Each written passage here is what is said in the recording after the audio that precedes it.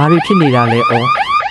ကဲဘကူငါရဲ့အကြမ်းမြင်စွမ်းအားတွေပိုပြီးထက်မြက်လာတာပဲဖြစ်ရမယ်။ငါဘာမှမလုပ်ပါဘူးနော်အင်း။ကဲလာပါဦးပြေစာလေးပေးပါဦးရော့။ရပြီအင်း